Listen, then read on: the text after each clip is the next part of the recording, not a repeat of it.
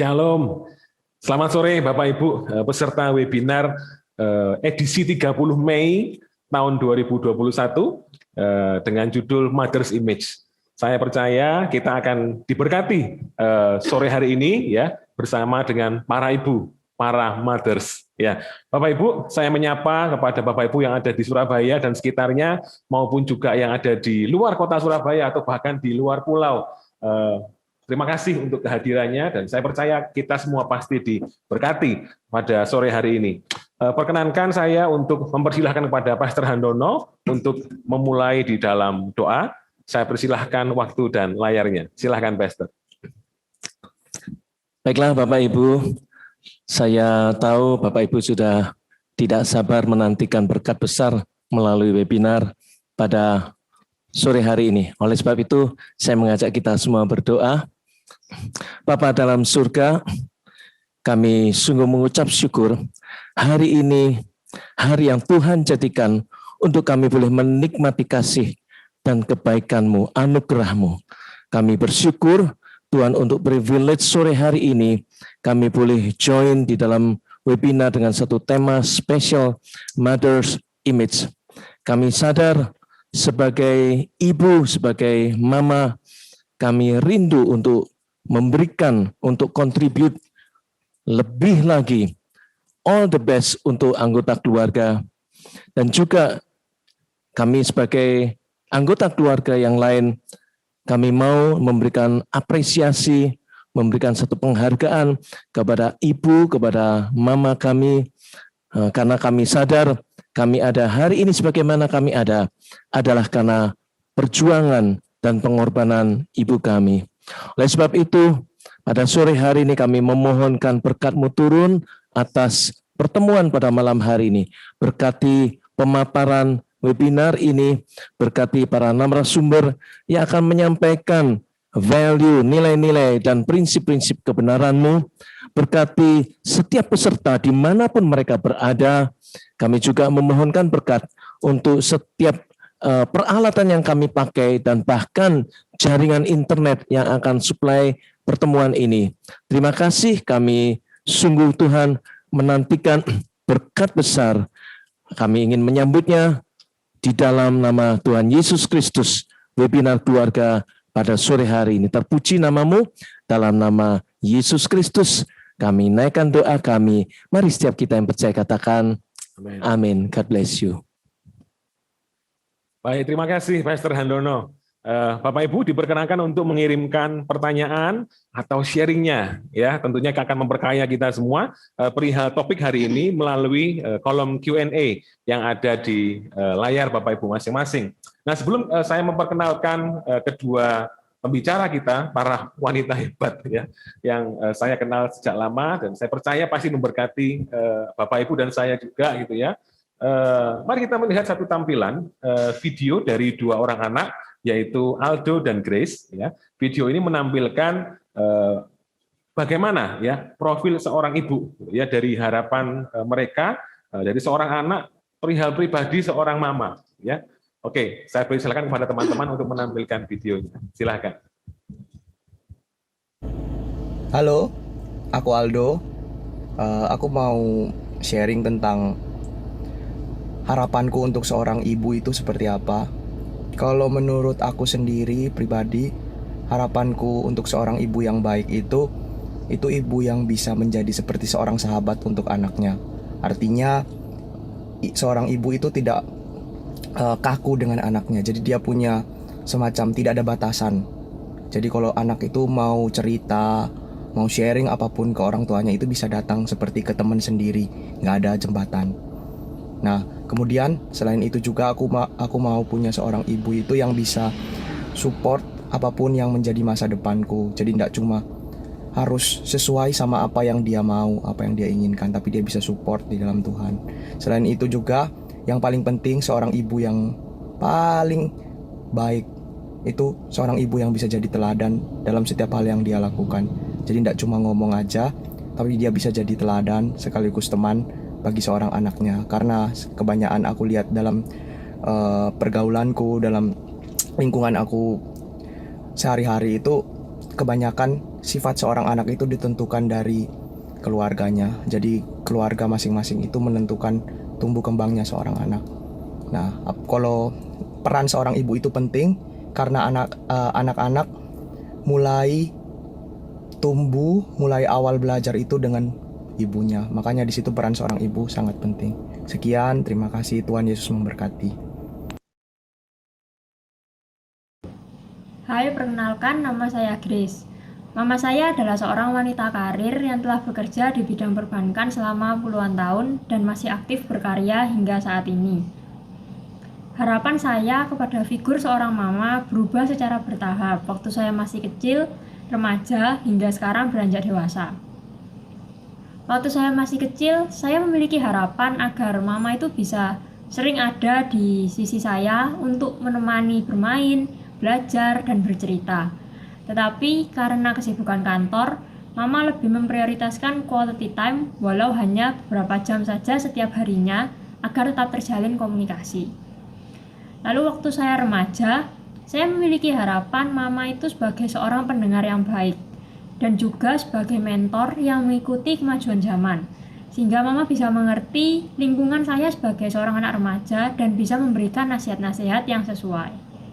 Dan sekarang ini saat saya mulai beranjak dewasa, saya memiliki harapan mama itu sebagai seorang sahabat, sebagai tempat untuk saya curhat dan juga untuk bisa melakukan kegiatan bersama seperti nonton, makan, jalan-jalan, dan bahkan menjadi partner bisnis bagi saya.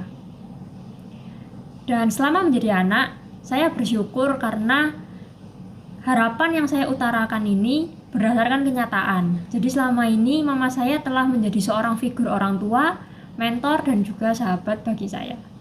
Terima kasih. Thank you Aldo dan Grace. Ya, itu harapan dari anak-anak kita gitu ya. Saya percaya harapan itu juga merupakan satu harapan dari mewakili dari anak-anak yang ada di rumah kita masing-masing mungkin ya gitu Bapak Ibu. Saya akan memperkenalkan kepada Bapak Ibu sekalian kedua narasumber kita beserta dengan narasumber pendamping juga dari CHB Center gitu nanti ya. Silakan di panitia untuk menampilkan. Baik, pembicara yang pertama adalah Ibu Indrawati Kusno. Beliau bekerja sebagai ibu rumah tangga ya, dan juga mengajar anaknya melalui program homeschool. Kemudian beliau memulai pelayanan kelompok sel anak interdominasi sejak tahun 2003 sampai hari ini ya, dan seterusnya tentunya ya. Kemudian banyak anak yang dibimbing yang saat ini sudah lulus dan sudah bekerja. Selanjutnya pembicaraan kedua adalah Ibu Siuling. Beliau adalah istri dari seorang suami yang luar biasa juga, Bapak Pendeta Betwel Himawan ya. Kemudian beliau adalah ibu dari 3 orang anak, ibu rumah tangga juga ya, main job-nya. Kemudian beliau juga adalah seorang koordinator untuk baby class ya di dalam Gereja Kristen Perjanjian Baru MDC Surabaya. Kemudian beliau juga mengajar ya sebagai seorang guru sekolah minggu mulai tahun 2000 sampai hari ini. Kemudian moderator kita sekaligus juga narasumber pendamping kita pada sore hari ini adalah Mem Yeni Pukuh, sarjana psikologi. Beliau adalah koordinator dari CHB Center. CHB Center adalah lembaga yang memberikan pelayanan pelatihan, pengembangan anak dan keluarga, dan tentunya dengan program-program pemeriksaan, evaluasi, dan juga terapinya. Bapak Ibu bisa melihat melirik sejenak gitu ya, Instagramnya CHB Center di @chb_center. Ya, baik Bapak Ibu, segera kita akan bersama-sama mendengarkan sedikit materi ya dari kedua narasumber kita, gitu ya, ibu-ibu yang luar biasa ini dengan judul Mother's Image. Ya, kami persilahkan kepada para pembicara. Ini seorang ibu dari generasi Z dan juga generasi Alpha, jadi lengkap sekali sore hari ini. Saya persilahkan kepada narasumber kita untuk menyampaikan materinya. Silahkan. Selamat sore, Shalom buat seluruh peserta webinar sore hari ini. Saya mau katakan selamat menjadi ibu, karena saya tahu menjadi ibu itu tidak mudah. Sampai sejauh ini dalam saya menjadi ibu, saya baru menyadari bahwa seorang ibu itu adalah Tuhan pilih untuk dikasih hak istimewa. Satu privilege dari Tuhan di mana kita diberi mandat dari Tuhan dan kita harus melakukan apa yang Tuhan sudah serahkan bagi kita. Dan itu seperti peran seorang ibu itu ada di Amsal 31 ayat 10 sampai 31. Jadi panggilan setiap kita, setiap wanita itu menjadi seorang ibu. Itu terlepas dari ibu yang anak yang dari kandungan kita ataupun anak-anak rohani. Jadi panggilan kita memang semua adalah seorang ibu. Dan kalau kita ini mengetahui panggilannya kita, harusnya kita ini tahu tujuannya kita kemana. Yaitu pencapaiannya, yaitu membawa setiap anak-anak itu datang kepada Tuhan tanpa kita memikirkan lagi dari generasi apa seperti yang Pak Wenas sampaikan tadi. Jadi kita semua ini harusnya tahu dan sadar bahwa kita ini diberi peran oleh Tuhan untuk menjadi seorang ibu. Di dalam membawa anak-anak kepada Tuhan, ada hal-hal yang harus kita teladankan bagi mereka. Selama menjalani sebagai seorang ibu, ada 3 hal dasar yang saya pakai. Seorang ibu itu harus intim dengan Tuhan. Intim dengan Tuhan itu berarti kita punya waktu khusus dengan Tuhan. Jadi bukan hanya sekedar berdoa sesaat, terima kasih Tuhan atau gitu. Tapi kita punya waktu khusus, waktu yang kita sediakan untuk Tuhan. Kenapa? Karena biar kita ini punya suatu roh yang kuat. Pada saat kita punya suatu roh yang kuat, penguasaan diri itu pasti ada di dalam diri setiap kita. Seperti yang saya alami kadang-kadang menghadapi anak-anak, kita bisa cepat emosi, tapi pada saat kita ini selalu intim dengan Tuhan, emosi itu bisa rada ditekan. Jadi kenapa kita perlu intim? Biar kita bisa menguasai diri kita juga. Dan biar kenapa kita harus intim? Pada saat kita berdiam diri, kita bisa merasakan kasih Bapa itu. Dan pada saat itu, kasih Bapa mengalir dalam hati kita. Pada saat sekeliling kita mungkin suami atau anak-anak melakukan hal-hal yang mungkin tidak sesuai dengan apa yang kita harapkan, kita masih bisa memberikan pengampunan bagi mereka semua. Itu yang poin pertama. Seorang ibu harus rendah hati. Tolong slide-nya. Harus rendah hati itu seperti yang di Amsal dikatakan, kerendahan hati itu mendahului kehormatan. Kita menjadi rendah hati, bukan berarti kita ini kalah, tapi kita akan menjadi pemenangnya. Rendah hati ini meliputi kita ini harus punya hati seorang hamba. Hamba itu berarti kita ini mau melayani. Di dalam keluarga, kita melayani suami, kita melayani anak-anak. Itu harus ada di dalam hati kita. Kalau kita nggak punya hati itu, kita mungkin tidak akan tahan. Dan melayani setelah itu, pada saat kita mau rendah hati, kita ini mau berubah dan mau diubahkan. Kita tidak merasa diri kita ini paling benar terus. Karena pada saat tertentu mungkin anak-anak merasa ada hal-hal yang mereka tidak bisa terima dengan perlakuannya kita.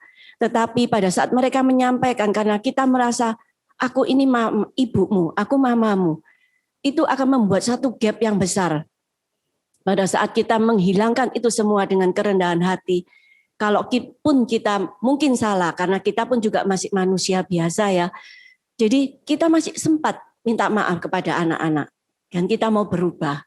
Dan yang pasti kita harus tunduk kepada otoritas. Karena seperti tadi saya katakan kita harus punya hati hamba, melayani suami, melayani anak-anak. Melayani suami berarti kita harus tunduk kepada otoritas, itu perintah Tuhan.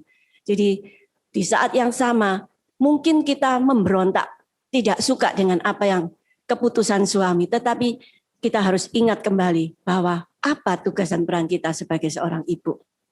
Itu poin yang kedua. Poin yang ketiga, seorang ibu itu harus rajin. Harus rajin, karena dari kerajinan ini akan membuahkan banyak hasil. Ketekunan itu bisa terjadi pada saat kita ini menjadi seorang yang rajin. Karena dengan bertekun itu, kita ini akan menjadi orang yang tahan uji. Tahan uji itu dalam keadaan situasi apapun, kita ini masih bisa bertahan. Kadang mungkin keadaan di rumah tidak memungkinkan kita. Mungkin situasi rumah panas, tapi pada saat kita terus bertekun, mungkin bertekun di dalam doa, bertekun di dalam apapun, itu membuahkan sesuatu tahan uji di dalam diri setiap kita. Akhirnya kita akan selalu bersemangat. Apapun keadaannya kita harus bisa bersemangat. Karena semangat itu hanya datang daripada Tuhan. Seorang yang rajin itu harusnya bisa mengatur waktu. Jadi menjadi seorang ibu yang kita mendapat mandat 24 jam. Selalu orang mengatakan 24 jam. Kita harus mengatur banyak hal. Itu kalau kita rajin, otomatis kita mempunyai planning. Aku harus melakukan apa? Habis itu apa? Itu terplanning. Jadi di dalam semuanya, seorang ibu itu akan menjadi cakap, menjadi terampil pada saat dia rajin belajar, menunjukkan kepada anak-anak bahwa kita ini masih mau melakukan sesuatu, membekali diri kita untuk berubah dengan hal-hal yang baru. Itu yang bisa saya sampaikan. Terima kasih. Saya di kesempatan ini juga mengucapkan selamat Hari Ibu, bukan hanya untuk ibu-ibu secara lahiriah, tetapi Ibu Indrawati ini juga adalah ibu rohani saya, karena ketika saya ada di Surabaya pertama kali merantau, dialah yang menjadi ibu rohani saya. Jadi saya juga mengucapkan selamat Hari Ibu kepada banyak ibu rohani yang ada di tempat ini juga, di Zoom ini juga, luar biasa.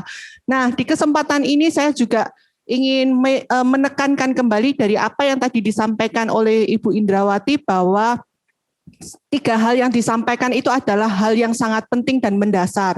Karena itu saya ingin membacakan satu ayat di dalam Yohanes pasal 13, ayat yang ke-14, dikatakan demikian, jadi jikalau aku membasuh kakimu, aku yang adalah Tuhan dan gurumu, maka kamu pun wajib saling membasuh kakimu, sebab aku telah memberikan satu teladan kepada kamu, supaya kamu juga berbuat sama seperti yang telah kuperbuat kepadamu.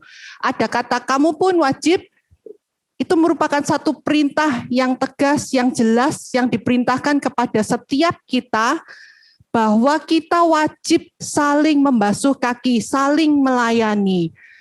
Saya menyadari bahwa ini bukanlah satu perintah yang mudah, tetapi dikatakan oleh Alkitab bahwa kamu pun wajib saling melayani. Tetapi kalau Tuhan memberikan satu perintah, dia tidak hanya sekedar memberikan perintah, tetapi bahkan dia dikatakan, aku telah memberikan satu teladan. Artinya Yesus sendiri memberikan teladan bahwa dia juga melayani murid-muridnya dengan membasuh kaki murid-muridnya. Ini adalah satu hal yang luar biasa. Tetapi kalau kita melakukan hanya sekedar melayani, rasanya kok cuman kita dituntut ya. Tetapi dikatakan di ayat 17, Yohanes pasal 13 ayat 17 dikatakan, jikalau kamu tahu semua ini, maka berbahagialah kamu jika kamu melakukannya.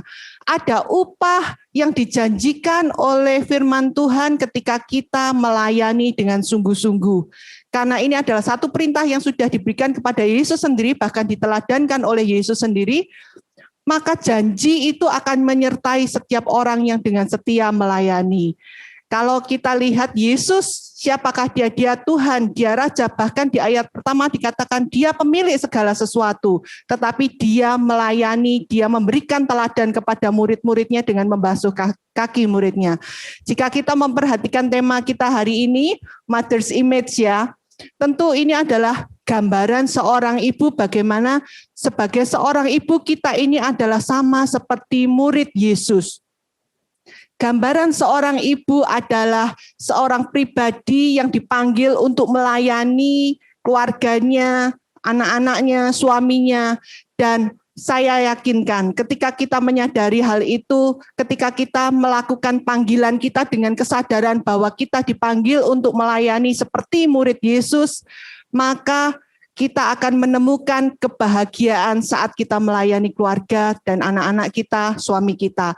Ini bukan lagi menjadi satu beban seperti yang kita pernah dengar, mungkin ada banyak broadcast katanya kalau nyonya itu istilahnya disingkat menjadi NY, katanya untuk nyuci, nyetrika dan sebagainya ya. Tetapi ya memang itu bagian dari yang harus dilakukan oleh seorang ibu mungkin dalam keseharian.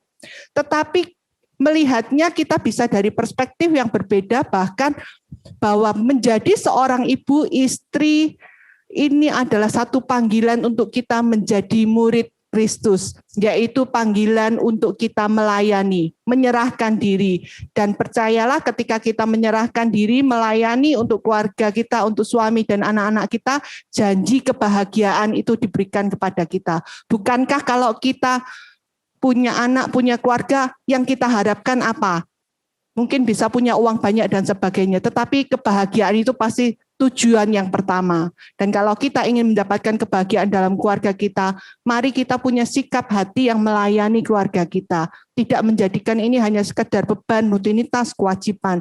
Kalau kita lihat di Amsal pasal 31, kalau kita memperhatikan Alkitab kita di Amsal 31, silakan nanti ibu-ibu bisa mempelajari kembali di Amsal 31. Kalau kita perhatikan dikatakan di Amsal 31 ayat 13, ia mencari bulu domba dan rami dan senang bekerja dengan tangannya. Senang bekerja, tidak ada beban. Karena apa? Ada rasa melayani yang tinggi, hati yang melayani kepada keluarganya, suaminya. Bahkan dikatakan suaminya dikenal oleh orang karena dari istrinya juga. Jadi reputasi suami itu sangat berjalan beriringan dengan apa yang dikerjakan oleh istri ya tentu saja. Dan kalau kita memperhatikan semua nanti di pasal 31, ini adalah satu tindakan aktif semua yang dilakukan oleh seorang istri yang cakap, dan tidak mungkin kita bisa melakukan semua list yang sedemikian. Kalau kita baca mungkin kita bisa, wah kayaknya saya bukan istri yang cakap. Tidak, tetapi kalau kita melakukannya dengan hati yang mau melayani seperti yang diteladankan oleh Yesus sendiri, maka kita akan mendapatkan satu kebahagiaan yang tidak bisa diukur oleh materi atau apapun juga. Karena kebahagiaan itu datang dari sukacita di dalam melayani. Saya kira itu yang saya mau sampaikan. Saya kembalikan kepada moderatornya, silakan. Ya, oke. Terima kasih banyak untuk Ibu Indrawati dan juga Ibu Siuling. Pemaparan materi yang sangat luar biasa begitu ya. Kita hari ini sudah mendengarkan pemaparan materi bukan hanya sekedar dari ibu biologis tapi juga ibu-ibu rohani. Para pembicara kita sangat luar biasa. Hari ini kita boleh diingatkan bahwa peran seorang ibu itu sangat luar biasa. Peran seorang ibu adalah panggilan untuk melayani. Ada panggilan khusus yang sedang dijalani. Bahkan ada tujuan besar yang sedang dilakukan, yang ingin dicapai oleh seorang ibu.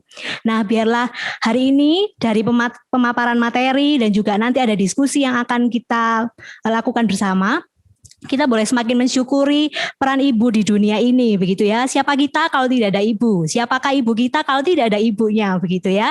Jadi biarlah momen ini boleh jadi momen kita untuk mensyukuri adanya peran ibu di dunia ini. Nah, jika sekarang ada suami-suami begitu ya, atau ada orang tua yang bergabung dengan ibunya, boleh nih supaya kita tidak tegang begitu ya, boleh memeluk ibunya atau boleh bilang terima kasih ya Mas sudah ada di dunia ini, sudah memperjuangkan hidupnya untuk kita begitu ya.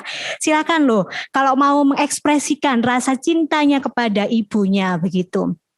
Oke, walaupun saya tidak bisa melihat jelas begitu ya, saya yakin dan percaya pasti ada mama-mama yang sedang mensyukuri gitu ya perannya di dunia ini. Nah, secara psikologi sendiri sebetulnya peran ibu memang sangat luar biasa. Wanita sendiri ketika memutuskan, memperjuangkan masa depannya sebagai seorang ibu, sebagai seorang istri, memang secara psikologis akan mengalami perubahan prioritas. Yang tadinya hanya berjuang untuk dirinya sendiri, sekarang menjadi partner suami dalam mendidik anak-anak, mengoptimalkan tumbuh kembang, bahkan juga membentuk karakternya. Hal itu terjadi juga pada ibu-ibu rohani. Ibu-ibu yang memutuskan untuk melayani anak-anak rohaninya juga tidak lagi berprioritas untuk dirinya, tapi melayani Tuhan, membentuk karakter anak-anak supaya bisa punya karakter Kristus di dalam kehidupannya. Perannya mudah, saya rasa tidak selalu, tapi bukan berarti tidak bisa dinikmati. Nah, kali ini di momen webinar kita kali ini, kita bukan hanya diperlengkapi tentang Mother's Image, tapi kita juga akan berdiskusi bagaimana sih perannya mama-mama supaya bisa menjadi mama yang punya karakter Kristus begitu ya, sehingga lingkungannya pun juga bisa menginspirasi menjadi berkat bagi orang lain begitu. Kali ini kita akan melakukan sesi Q&A, kita akan ada sesi tanya jawab begitu ya. Nanti saya akan mempersilahkan pembicara kita untuk menjawab dan nanti akan diperlengkapi begitu ya. Untuk pertanyaan yang pertama, kalau tadi kita dengarkan bahwa sebagai seorang ibu ada dasar yang kuat, yaitu yang pertama adalah tentang keintiman. Nah, kita hari ini mau coba bahas lebih dalam lagi gitu ya. Bagaimana membangun keintiman dengan Allah, dengan suami, dan juga dengan anak. Nah, kalau tadi kita dengarkan ada NY gitu ya, ada banyak tugasnya. Mencuci, menyapu, dan lain sebagainya. Tugasnya kayaknya banyak banget begitu ya. Tapi bagaimana nih menjaga keintiman atau membangun keintiman bersama dengan Allah, suami, dan juga anak? Saya persilakan untuk Ibu Indrawati untuk menjawab terlebih dahulu. Oke.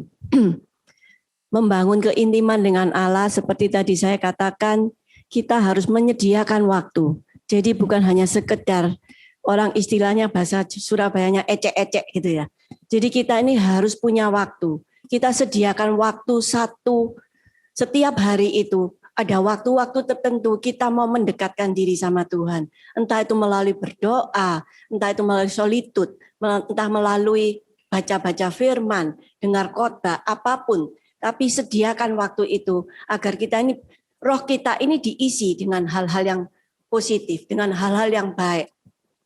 Kenapa? Karena pada saat tadi seperti saya di awal katakan bahwa pada saat rohnya kita ini kuat, kita ini akan menjadi wanita yang tangguh. Menghadapi situasi apapun, kita tidak akan merasa berat. Ya berat sih pasti berat, tapi kita punya tempat untuk kita curhat. Curhat sama Tuhan, itu membuat kita punya keintiman. Seperti halnya misal, kadang misalnya kita punya sahabat, kita bisa cerita sama sahabat. Jadi dengan Tuhan itu jauh lebih baik, tidak pernah mengecewakan. Jadi buat hubungan yang intim itu dengan Tuhan. Nanti semuanya itu akan mengikuti. Jadi pada saat kita intim dengan Tuhan, kita ini bisa tahu apa yang harus kita lakukan terhadap suami kita, apa yang harus kita lakukan terhadap anak-anak kita. Tuhan tuh bisa kasih kepekaan kepada kita, apa yang mereka perlukan. Ya memang kita ini juga manusia lemah ya, karena kita juga masih penuh kedagingan. Tapi di saat momen-momen kita ketemu Tuhan itu, di situ Tuhan nanti bisa ingatkan kita juga. Itu yang bisa saya kasih masukan. Mungkin Ibu Siuling mau menambahkan begitu ya, menambahkan dari pengalaman pribadi gitu ya, bagaimana saat menjadi ibu rumah tangga juga mendampingi anak-anak belajar begitu ya, supaya bisa tetap intim dengan Allah, suami, dan anak-anak bagaimana. Mungkin bisa berbagi cerita bersama-sama dengan kita.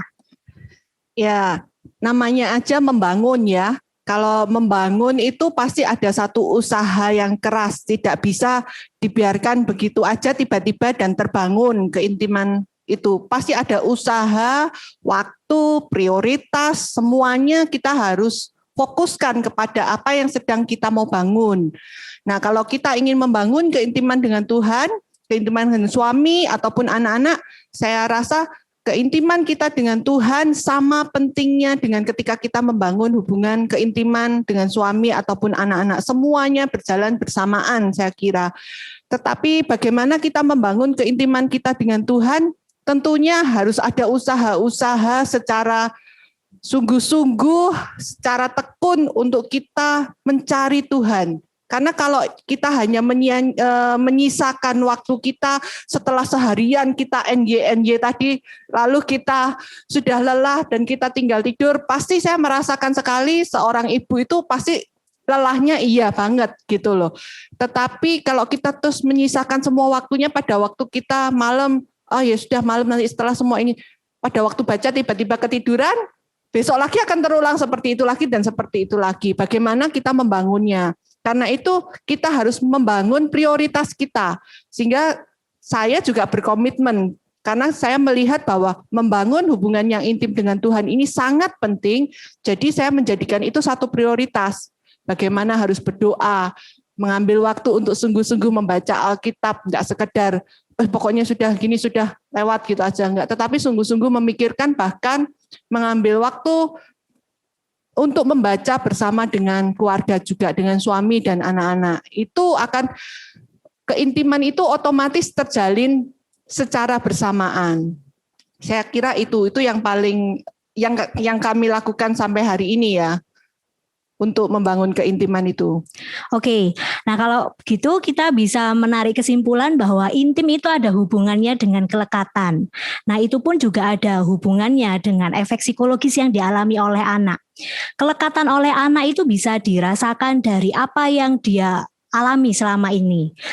Di mana dia berada, dengan siapa dia sering berinteraksi, usia berapapun anak itu bisa memutuskan, saya mau lekat dengan siapa. Kalau kita lihat, ada loh anak-anak bayi yang memang akhirnya nangis kalau ditinggal sama satu figur, tapi dengan yang lain biasa saja. Nah itu kita bisa melihat bahwa ternyata memang kelekatan itu anak itu memang juga bisa menentukan sendiri. Sehingga memang kuncinya adalah seorang ibu memang harus cinta Tuhannya dulu, begitu ya.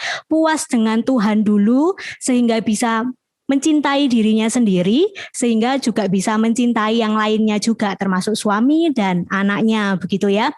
Saya jadi ingat begitu ya, waktu beberapa pertemuan yang lalu di CHB Center ada kelas pranikah. Memang kelas pranikah itu untuk memperlengkapi gitu ya beberapa pasangan atau calon-calon yang ingin menikah gitu ya.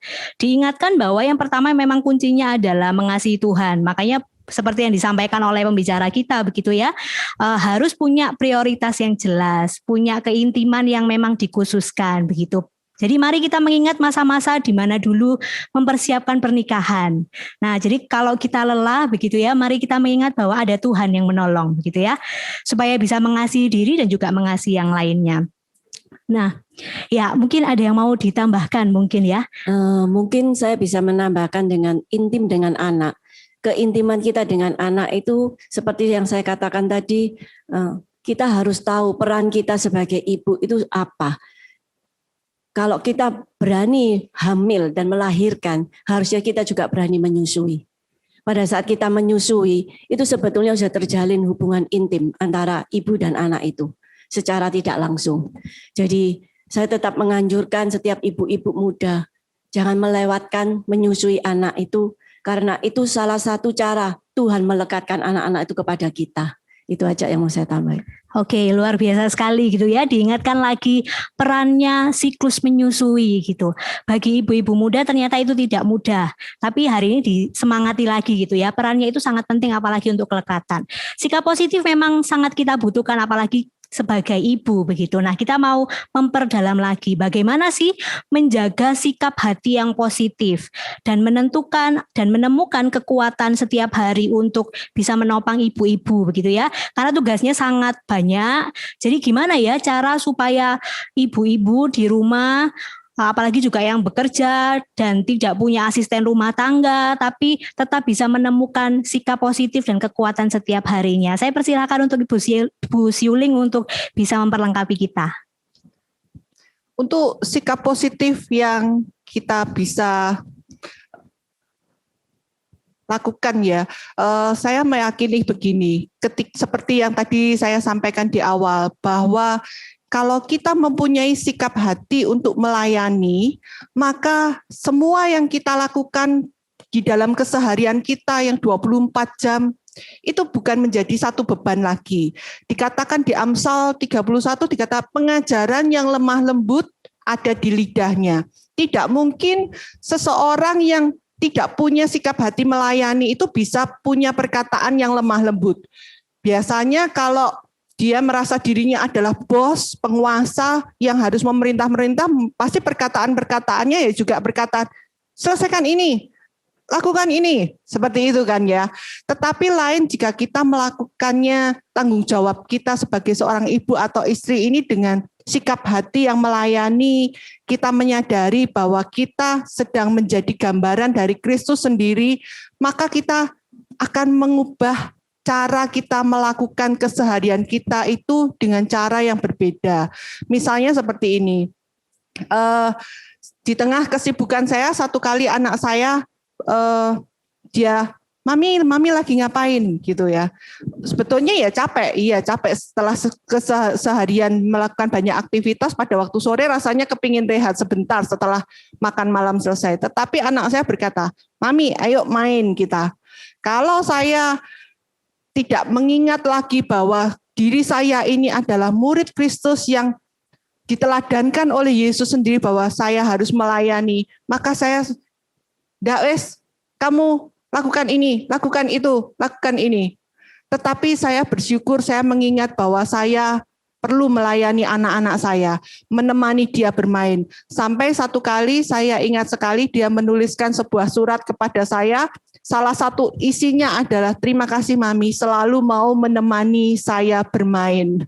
Untuk seorang anak laki-laki yang masih usia TK SD pada waktu itu, bermain sangat menjadi kebutuhan yang utama mereka.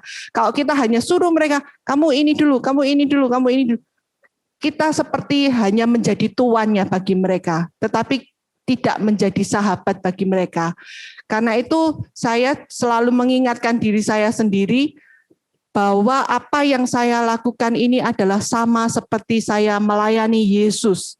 Ketika saya melayani suami saya, ketika saya menemani anak-anak saya bermain, saya melakukannya untuk Yesus. Sehingga pada waktu saya melakukannya, saya akan mengingat hal-hal itu. Termasuk yang dikatakan di dalam Amsal 31, pengajaran yang lemah lembut ada di lidah bibirnya, otomatis itu akan keluar.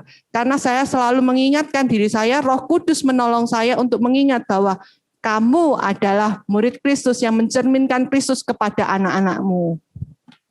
Oke, nah keren banget gitu ya kalau kita lihat perjuangan mama-mama ini gitu ya. Di tengah letihnya atau banyaknya hal yang harus dikerjakan, terus fokus dengan apa panggilan hidupnya, terus mengingat bahwa semua itu dilakukan untuk melayani Tuhan. Dan ternyata respons yang diterima adalah ada surat begitu ya. Surat itu pasti bikin meleleh gitu ya, bikin pengen nangis, bikin terapresiasi. Nah, kalau kita bicara tentang mama dan kesibukannya, kita ingat lagi dari pemaparan materi yang tadi disampaikan oleh Bu In begitu ya. Ada bagian yang ulet, rajin. Nah, apakah ulet dan rajin itu sama dengan sibuk atau mengharuskan seorang wanita itu sibuk? Nah, coba kita akan dengarkan begitu ya, pemaparan yang tepat itu seperti apa ya untuk kita memahami ulet dan rajin dalam kehidupan seorang ibu. Ya, seorang ibu yang rajin, otomatis dia itu akan menjadi seorang ibu yang ulet juga. Karena mau tidak mau dia pasti memikirkan banyak hal. Dan dia tidak malas, seperti tadi di Amsal ayat berapa itu, yang dibahas sama Bu Syuling, kemalasan itu tidak pernah kita tinggalkan sebagai seorang ibu. Kalau kita sebagai seorang ibu malas, otomatis gimana rumah kita jadinya nanti? Berantakan semua, males kan nggak lucu juga ya kayak gitu. Akhirnya rumah kita suami pulang dari kantor mau cari tempat nyaman, akhirnya juga tidak jadi nyaman karena rumah berantakan semua. Jadi sejauh ini memang lakukan apa yang menjadi bagiannya kita. Sejauh mana kita bisa lakukan terus, belajar terus rajin, belajar membuka diri kita. Ini tujuan utamanya pada saat misal seperti zaman COVID seperti ini ya. Mungkin Tuhan bisa tampilkan potensi-potensi dalam hidup setiap ibu. Karena kalau kita baca di Amsal, saya tidak membahas satu persatu tadi. Cuman selalu saya ingatkan, baca Amsal 31 itu karena biar kita tahu sebagai ibu itu apa yang harus kita lakukan.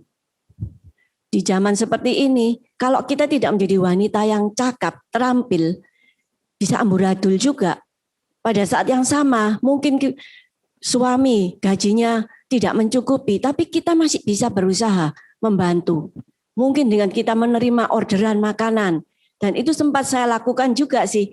Waktu zaman COVID awal-awal itu, jadi saya menerima orderan itu. Tapi di tengah segala kesibukan itu memang seluruh keluarga memang akhirnya jadi harus ikut sibuk. Kebetulan memang saya mempunyai 3 orang anak laki, jadi semuanya laki-laki. Kalau kerja masak-memasak, jarang yang membantu saya. Jadi saya harus berusaha sendiri, apa-apa sendiri semua. Tapi di balik itu bukan berarti laki-laki tidak bisa. Tapi anak-anak saya masih tetap ada yang mau kadang, tolong lakukan ini, tolong ambilkan air. Mereka masih bisa lakukan sejauh ini. Jadi kita nih harus banyak melakukan hal-hal yang semata-mata anak-anak ini bisa melihat. Karena mereka itu adalah CCTV-nya kita. Mereka memantau terus, mamiku ngapain.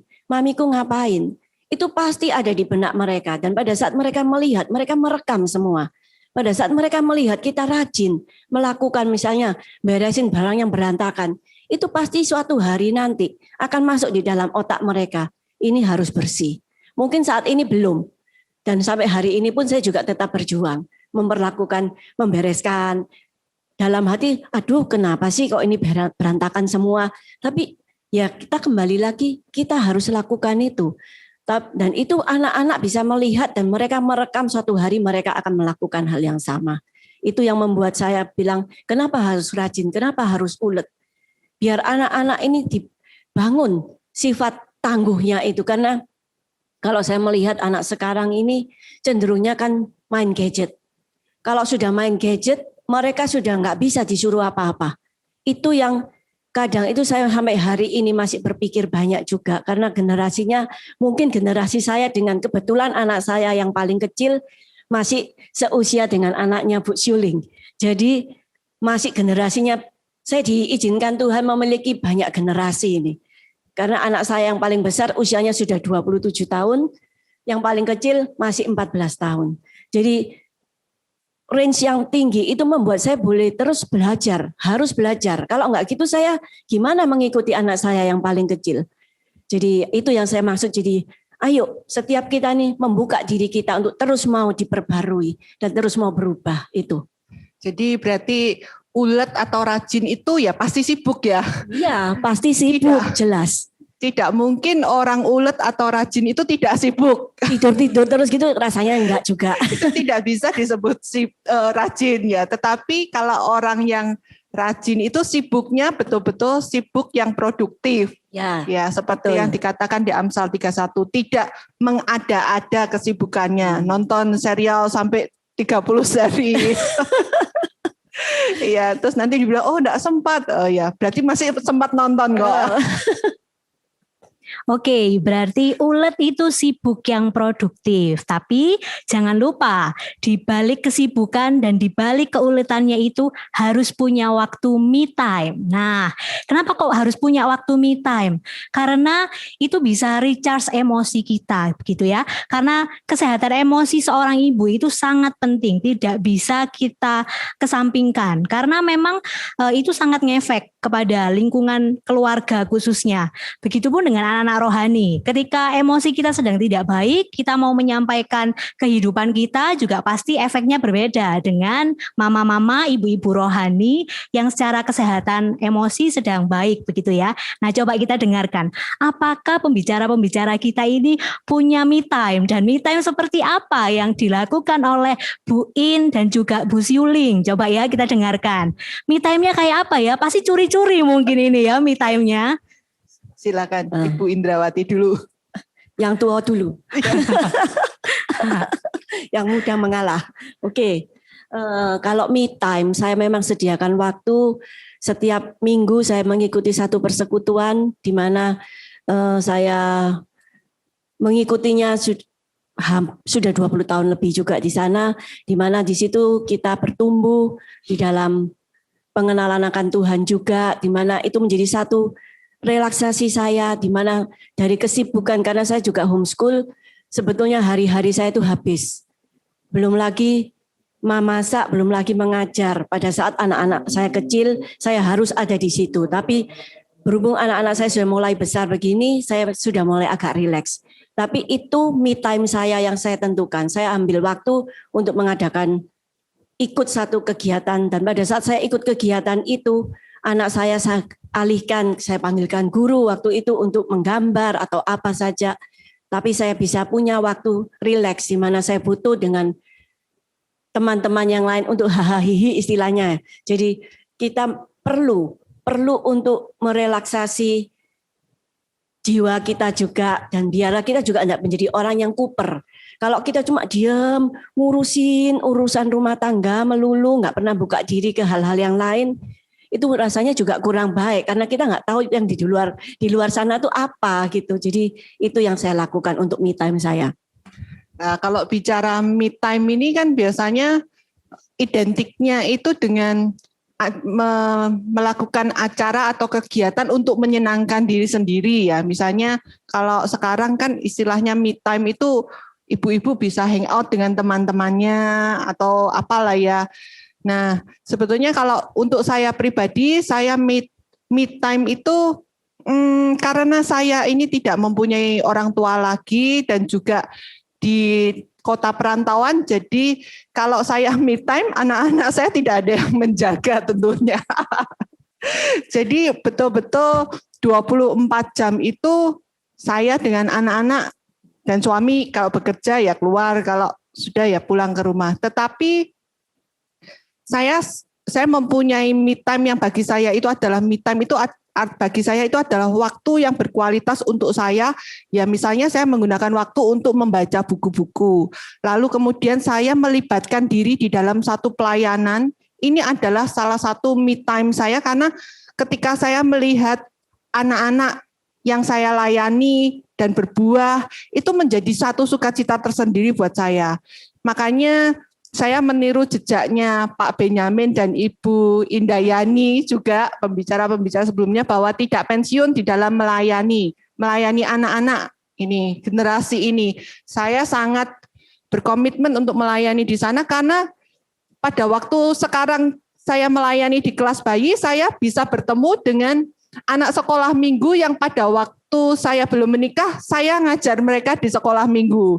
Dan saya ketemu mereka sudah bawa anak juga, berarti saya sudah beranak cucu ini di sekolah minggu ya.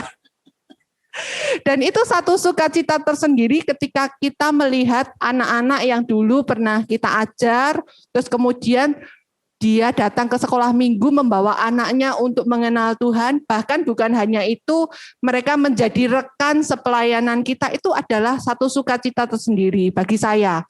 Karena itu menjadi satu me time saya yang berkualitas, yang menurut saya itu membuat saya bersukacita.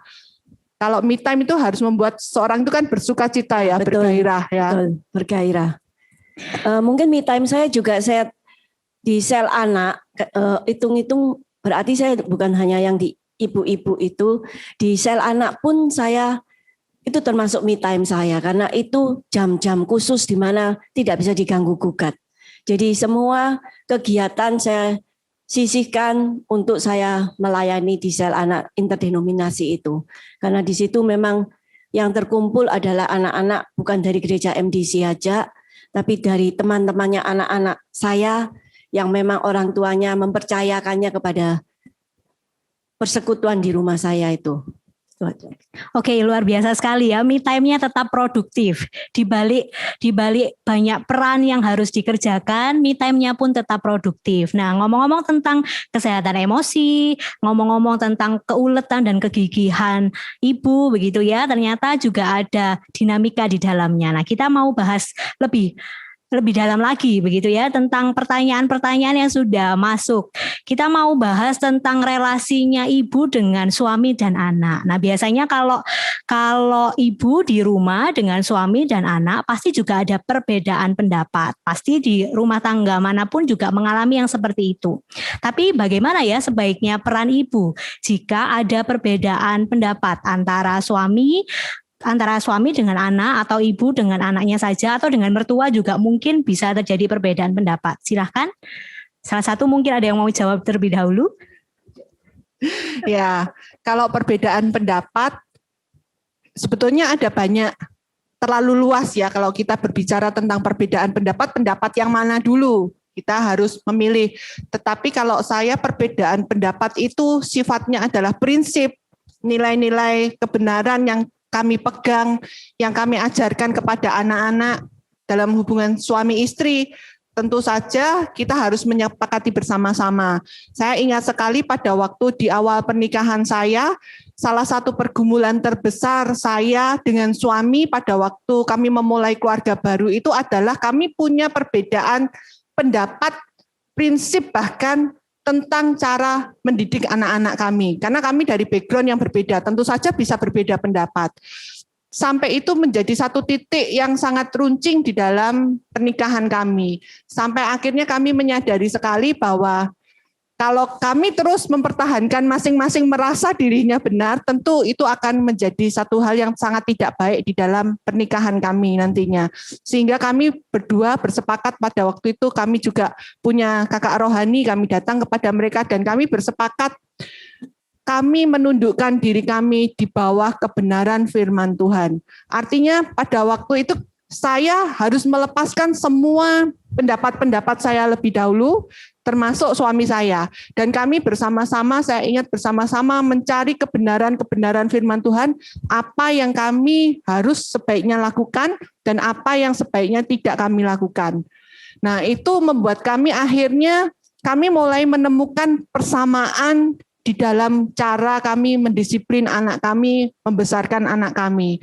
Nah, pada waktu setelah beberapa tahun setelah peristiwa itu, kami melihat sekarang buahnya, dan kami bersyukur pada waktu itu kami memutuskan untuk kembali kepada Tuhan, menundukkan diri kami kepada kebenaran firman Tuhan. Kalau tidak, bisa betul-betul berbahaya, karena kebenaran A, kebenaran B, apalagi dengan sosial media yang luar biasa saat ini, kita bisa merasa seolah-olah itu kebenaran.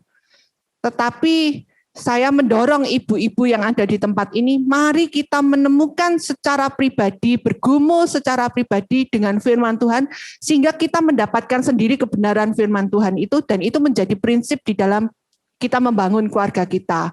Kalau perbedaan pendapat itu sekedar yang sana mau pergi ke Bandung, yang sini mau pergi ke Bali, mau pilih yang mana? Ya, kita bisa voting dong.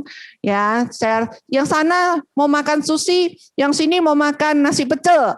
Ya, silakan didiskusikan, disepakati, oh hari ini kita makan pecel, besok makan sushi gitu dan sebagainya. Tetapi untuk perbedaan prinsip, jika kita bersepakat suami, istri, dan anak-anak kita membangun keluarga kita berdasarkan firman Tuhan, seharusnya perbedaan pendapat itu bukan perbedaan yang berseberangan dengan firman Tuhan. Itu dari saya. Oke, nah kalau tadi yang kita dengar mungkin perbedaan pendapat antara suami dan istri gitu ya. Nah, bagaimana dengan pertanyaan yang ini? Ini adalah pertanyaan yang mewakili mama-mama muda. Sebagai ibu muda, kadang bingung ikut saran yang mana. Kadang orang tua dan mertua juga ikut campur dalam membesarkan anaknya. Apa yang sebaiknya saya lakukan? Jadi ini mungkin ada intervensi yang lebih dari orang tua dan mertua begitu ya. Apa yang sebaiknya dilakukan sebagai mama muda? Mungkin Bu In bisa memperlengkapi kita. Oke. Sejauh ini memang sesudah menikah, saya tidak pernah menceritakan apapun kepada orang tua saya, dan kami juga tidak tinggal bersama, dan juga tidak pernah menceritakan apapun kepada mertua saya. Jadi apapun masalahnya, itu saya telan sendiri, saya pikirkan sendiri, makanya kenapa saya merasa hubungan intim dengan Tuhan itu sangat penting dalam hidup saya. Karena saya harus memutuskan sendiri dan biar Tuhan itu yang berbicara, apa yang harusnya dan baiknya saya lakukan. Dan itu saya rasa cukup baik ya. Jangan bawa setiap masalah kita kepada orang tua, karena nanti membawa dampak yang mungkin bisa kurang baik. Karena setiap orang tua itu pasti otomatis lebih berpikir ke anaknya. Anak saya yang paling benar, anak saya yang kayak gini. Jadi usahakan setiap pergumulan itu selesaikan di rumah sendiri. Kalau mungkin kita kumpul bersama mertua atau orang tua, ya tetap kita usahakan tidak mencampurkan ke orang tua. Kalaupun orang tua akhirnya ikut campur, kenapa saya bilang kita harus rajin membaca juga. Mencari tahu apa solusinya, itu biar kita bisa memberi jawaban kepada mereka pada saat kita menghadapi kesulitan seperti itu. Mereka, kenapa anakmu kok begini? Kenapa kok gitu? Oh enggak apa-apa, karena saya mau anak saya seperti ini. Jadi kalau misalnya kita seperti itu terus, mungkin lama-lama orang tua juga akan tahu, oh iya sih, aku harus sadar. Mungkin habis ini harus ada kelas bagaimana menjadi mertua maupun jadi nenek yang baik mungkin. Karena memang saya melihat banyak oma-oma itu kadang mungkin dengan anaknya tidak seperti dia memperlakukannya kepada cucunya. Itu yang kadang bisa merusak. Jadi memang kita dari awal pernikahan, kita itu jarang menitipkan anak. Jadi kalaupun kita mau pergi, sampai kita sendiri kalau mau dibilang sampai usia pernikahan 28 tahun lebih ini, kita itu jarang pergi berdua. Karena apa? Karena kita tidak meninggalkan anak-anak. Kalau kita pergi semua dibawa. Semua kemana-mana kita bawa. Jadi makanya waktu itu saya selalu berusaha melakukan gimana ngatur anak saya ini yang termudah. Kalau saya bawa-bawa. Jadi kadang tidur tak pindah-pindah. Tujuannya apa? Biar kalau tak bawa-bawa pergi dia nggak rewel. Ya jadi banyak hal itu yang Tuhan bisa kasih hikmat bagi setiap kita itu. Makanya kenapa saya bilang lagi, intimlah dengan Tuhan. Tuhan tuh pasti bukakan banyak hal dalam pikiran kita. Banyak hal yang mungkin sekarang kita enggak mikir, tapi nanti tahu-tahu bisa keluar. Oh ya, nanti aku tak gini aja. Ide praktisnya itu bisa muncul ya dalam pengasuhan. Iya, karena memang saya dari dulu itu mengasuh anak sendiri. Jadi kita memang tidak pakai babysitter. Jadi saya bisa mengatur semua anak saya, tak atur bagaimana. Jadi akhirnya orang tua, sejauh ini memang orang tua saya dan mertua saya enggak pernah istilahnya cawe-cawe gitu. Gak pernah ikut-ikut ngatur anakmu diapain, kok digituin, gak pernah. Jadi sejauh ini itu jalan yang terbaik. Tapi kalau misalnya sampai sudah seperti itu, bacalah hal-hal yang baik itu sehingga punya alasan untuk menetapkan aku mau anakku ini seperti ini dengan jawaban-jawaban yang sopan di hadapan mereka. Itu aja. Oke, intinya berarti punya sikap hati yang benar ya sebagai anak juga sebagai ibu supaya kalau kita diintervensi gitu ya atau diberi masukan, ini loh kurang ini, harusnya begini, harusnya begitu. Anak juga, kita sebagai anak harus punya sikap hati yang benar sehingga ketika menjawab juga responsnya tepat. Sampai salah saya ngomongnya ini.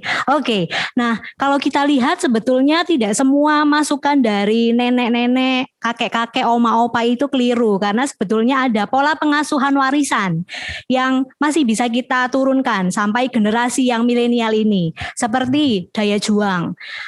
Kakek nenek kita ketika mengasuh mama-mama kita sangat memprioritaskan yang namanya daya juang, kemandirian. Itu juga yang perlu kita lanjutkan sampai sekarang.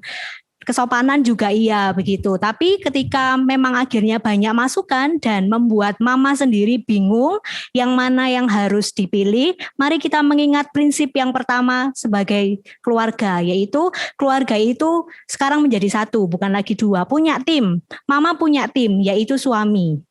Maka dari itu hari ini Mother's Image tidak bisa kita lepaskan dari figur suami. Tidak bisa kita lepaskan dari figur anak, juga tidak bisa kita lepaskan. Karena ya semua itu satu tim, begitu. Jadi mari semuanya dikomunikasikan dengan baik supaya anak-anak kita juga melihat contoh yang baik dari kehidupan kita. Nah kalau emosi gimana? Ingat ada prinsip lampu lalu lintas merah kuning hijau gitu ya, stop, think and go. Jadi kalau memang emosi karena kayaknya tersinggung ya dengan masukan nenek atau kakek ini, berhenti dulu, jangan menjawab.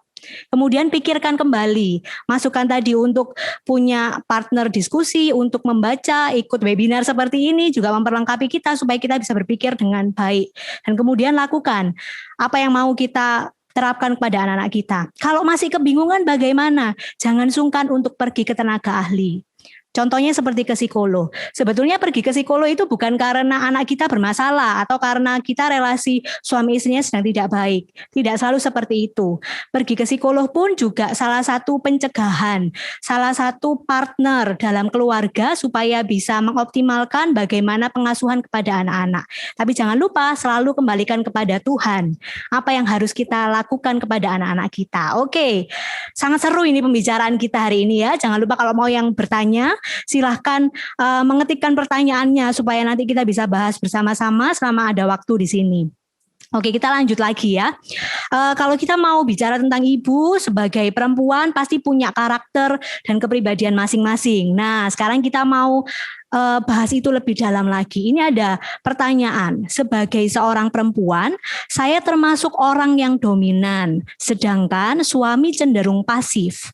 Nah, apa yang harus saya waspadai supaya sebagai istri dan ibu tidak terlalu mendominasi? Saya persilakan untuk Ibu Zuling untuk menjawab. Untuk wanita-wanita yang dominan, sebetulnya wanita yang dominan tuh kan karena kurang sabar ya. Makanya dia berusaha mendominasi semuanya supaya cepat selesai. Dia kepingin semuanya segera selesai. Sedangkan untuk suami yang pasif juga mungkin karena kurang punya inisiatif, kurang bisa memikirkan strategi-strategi yang tepat. Tetapi wanita yang dominan kita perlu belajar untuk seperti Alkitab katakan ya, suami itu adalah otoritas tertinggi. Kita harus menyadari hal itu. Kalau kita menyadari hal itu, sehingga kita bisa menempatkan diri tentu saja di dalam porsi yang tepat. Sehingga kalau kita menyadari bahwa saya ini kok rasanya sepertinya terlalu dominan, itu sangat baik. Hal pertama yang terbaik adalah kita menyadari kita terlalu dominan. Sehingga kita bisa membuat langkah-langkah, misalnya ketika anak kita melakukan kesalahan dan kita perlu berbicara dengan dia, maka kita bisa memberikan kesempatan kepada suami kita untuk berbicara kepada anak kita dulu. Enggak kita yang langsung inisiatif ngomong, nanti kamu tak gini-gini, ya seperti itu. Misalnya dalam membuat keputusan-keputusan untuk hal-hal sepele di rumah, mau berpergian kemana. Oh ya, coba diskusikan dengan papi. Kita bisa ambil kesempatan-kesempatan yang ada itu untuk memberikan kesempatan untuk suami-suami yang pasif itu untuk ambil bagian. Tentu saja harus ada kesempatan yang datang. Kalau tidak ada kesempatan sama sekali juga susah. Karena itu istri-istri yang dominan juga harus ngerem. Tetapi kita sekali lagi saya kembalikan bahwa ada banyak wanita-wanita yang berkarya, bukan cuma wanita ya saya kira, baik laki-laki ataupun perempuan yang berkarir di luar dengan sangat baik, punya banyak bawahan, tetapi pada waktu pulang ke rumah mereka bisa desperate untuk ngurusin anaknya yang satu atau mungkin dua atau tiga gitu ya. Sudah wes, kamu enggak bisa diatur, terserah kamu. Seringkali saya mendengar banyak curhatnya orang tua ataupun anak-anak yang berbicara tentang orang tuaku tuh sudah enggak mau tahu tentang aku lagi. Pokoknya terserah gitu. Katanya aku ini anak yang susah diatur gitu. Ada yang seperti itu berbicara. Nah, kalau kita bisa mengatur sekian banyak orang di luar bawahan kita, kenapa kok kita tidak bisa mengatur keluarga kita sendiri? Seharusnya justru ketika kita bisa mengatur keluarga kita dengan baik, saya meyakini juga kita akan bisa mengatur anak buah kita di tempat kerja itu dengan jauh lebih baik. Nah, seringkali juga saya menyadari bahwa ketika pulang ke rumah, seorang wanita yang dominan, yang berkarir, apalagi mungkin membawa kebiasaan-kebiasaan di kantornya sebagai seorang pemimpin, seorang bos di rumah, lalu memperlakukan anaknya sama seperti dengan bawahannya. Sehingga seperti sekedar memberikan perintah-perintah. Nah, kita perlu kembali lagi kepada yang saya sampaikan di depan bahwa kita ini adalah gambaran Kristus dan kita dipanggil untuk melayani. Sehingga ketika kita sampai di rumah, kita harus menyadari posisi kita bukan lagi seperti yang di luar pada waktu kita bekerja, tetapi peran kita adalah seorang istri yang perlu menundukkan diri kepada suami sebagai otoritas yang ditentukan oleh Allah, tetapi juga kita adalah seorang ibu bagi anak-anak kita yang kita harus melayani mereka. Ya, setuju sekali ya, sepakat. Kita harus mengingat bahwa istri memang harus tunduk pada suami, bagaimanapun karakternya. Bukan lagi dua, tapi sudah jadi satu. Nah, tadi ngomong-ngomong tentang peran istri, ini yang sering jadi pertanyaan banyak orang begitu. Kalau memang jadi wanita karir dan harus pulang ke rumah, akhirnya kan memang lelah begitu ya, sehingga anak-anak memang lebih banyak sama babysitter. Nah, bagaimana sebetulnya peran ibu yang sebaiknya ketika di rumah memang mendampingi anak ditambah dengan memang ada babysitter. Bagaimana seharusnya menghadapi yang seperti itu? Nah, kita akan dengarkan dari Ibu In. Kalau memang kita sebagai wanita yang bekerja, memang baiknya anak itu misal dengan babysitter, tapi ada orang yang mengawasi ya.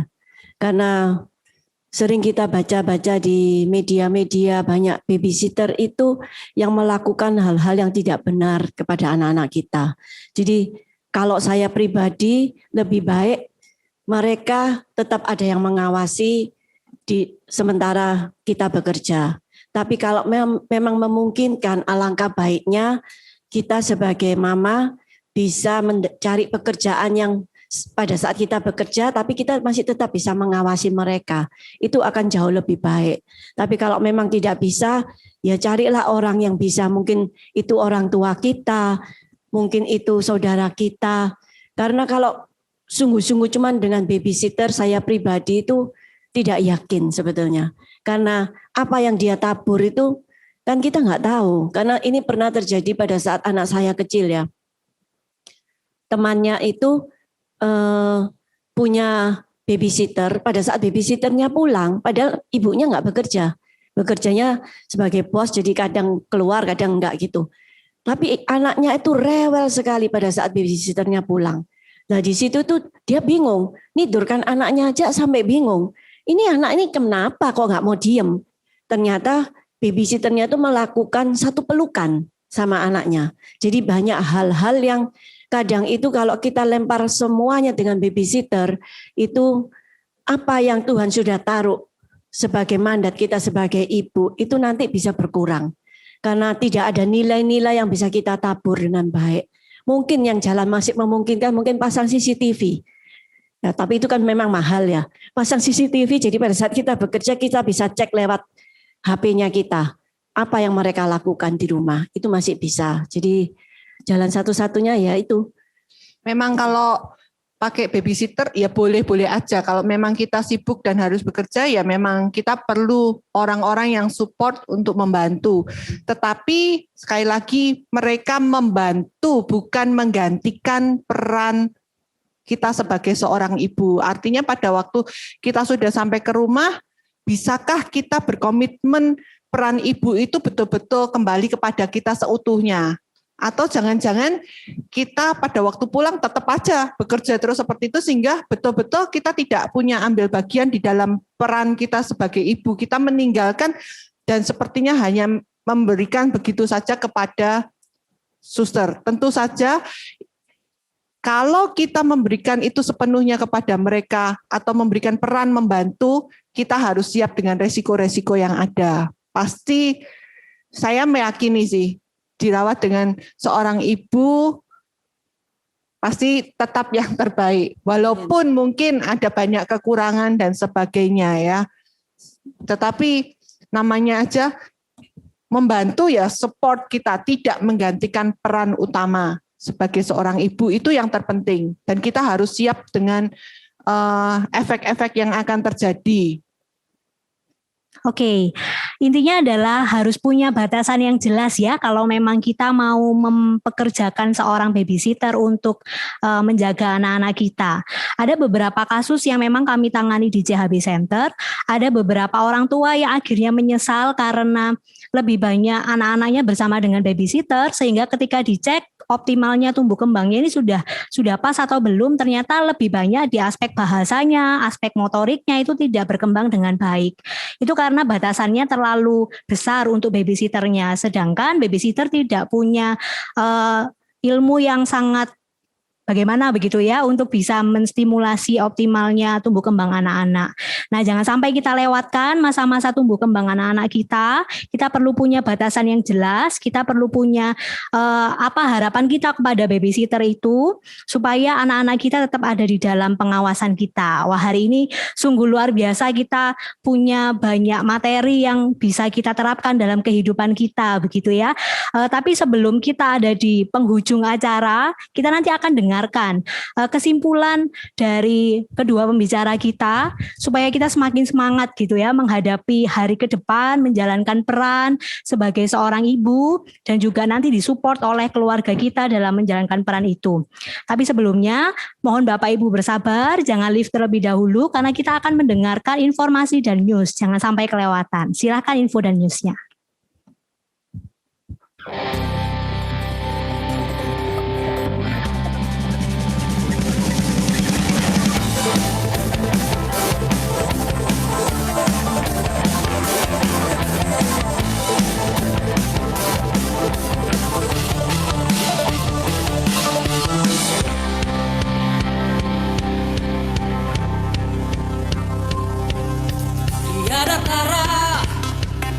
kebesarannya, kerajaannya kekal selamanya. Dengan firman-Nya semua tercipta, semesta dan bersujud semua padanya. Maha perkasa dan hebat kuasa-Nya, Dialah atas segala raja. Sudah dengarkan tadi informasi tentang kegiatan-kegiatan yang bisa kita ikuti. Mari kita bersyukur kalau kita punya kegiatan yang bisa memperlengkapi kita. Jangan lewatkan momen-momen kita bisa bertumbuh bersama dengan gereja dan juga dengan komunitas yang ada. Nah, supaya kita semakin semangat melihat hari ke depan dan menjalani peran sebagai seorang ibu, kita mau dengarkan dulu last conclusion-nya apa dari kedua pembicara kita. Mari silakan Bu Indrawati terlebih dahulu, kemudian Ibu Siuling. Ya, saya mau katakan jadilah kuat. Jangan mudah menyerah. Apapun yang kita hadapi hari-hari ini, mungkin ada banyak doa-doa pergumulan kita yang belum terjawab. Entah itu relasi kita dengan suami, dengan anak, maupun dengan kondisi ekonomi. Jangan cepat menyerah. Karena Tuhan itu tidak pernah tinggal diam. Dia nanti akan memberikan sesuai dengan waktunya Tuhan. Jadi jadilah sabar dan biarlah tetap bersemangat dan biarlah roh kita tetap menyala-nyala dan layanilah Tuhan. Di situ akan mendapatkan semuanya. Saya membacakan dari Amsal 31 ayat yang ke-10. Istri yang cakap siapakah akan mendapatkannya? Ia lebih berharga daripada permata. Berarti betapa berharganya sebagai wanita kita punya peran sebagai ibu, sebagai istri. Karena itu kalau kita menyadari betapa berharganya peran itu, maka kita tidak sembarangan melakukan peran tersebut. Karena itu mari kita melakukan segala sesuatu yang kita lakukan peran kita sebagai seorang istri, sebagai ibu dari anak-anak lahiriah kita ataupun dari anak-anak rohani kita dengan sungguh-sungguh seperti untuk Tuhan dan bukan untuk manusia. Terima kasih. Luar biasa sekali. Semoga apa yang kita dengarkan, apa yang kita dapatkan materi hari ini bisa terus menyemangati kita. Dan kita sebagai ibu-ibu boleh mensyukuri peran kita di dunia ini. Bahkan kalau hari ini ada bergabung bersama-sama dengan kita suami-suami dan mungkin calon ibu atau anak-anak yang kita kasihi, mari kita mensyukuri dan mari kita bergabung menyemangati ibu kita dalam mengerjakan perannya bagi dunia ini. Ya, kita saat ini ada di penghujung acara. Sebelum kita menutup, kita akan berdoa bersama. Saya persilahkan untuk Pastor Arthur untuk memimpin kita dalam doa.